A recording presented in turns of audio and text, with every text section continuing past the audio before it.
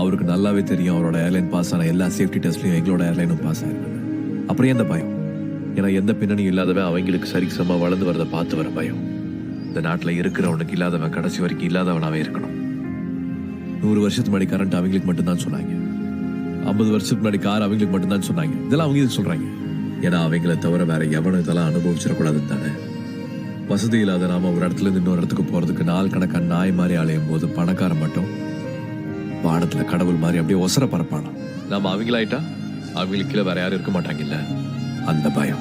இப்போது உங்கள் பிளைன் டிக்கெட்டை நீங்கள் போன் மூலமா வாங்கிக்கலாம். நாங்கள் ஒரு பிஎன்ஆர் நம்பர் தருவோம். அந்த நம்பரை உங்க பேங்க்லயோ இல்ல போஸ்ட் ஆபீஸ்லயோ கொடுத்தீங்கன்னா போதும்.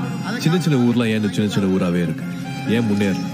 நம்ம முன்னேறணும்னா சில நேரங்களில் நம்ம நடக்கணும், சில நேரங்களில் நம்ம ஓடணும், சில நேரங்களில் நம்ம பறந்தா தான் முன்னேறவே முடியும். அப்படி பறக்கிறதுக்கு பேர் தான் ஏர் கனெக்டிவிட்டி. அந்த ஏர் கனெக்டிவிட்டி என்னோட ஏர்லைன் எல்லாருக்குமே கொடுக்கும். எல்லா சின்ன சின்ன ஊர்களுக்கும் எங்களோட பிளேன்ஸ் போகும். சென்னை மட்டும் இல்லாம எல்லா ஊரும் வளரும். அப்ப ஏகபோக உரிமை கொண்டாடுறவங்களுக்கு பயம் வரத்தானே செய்யும்.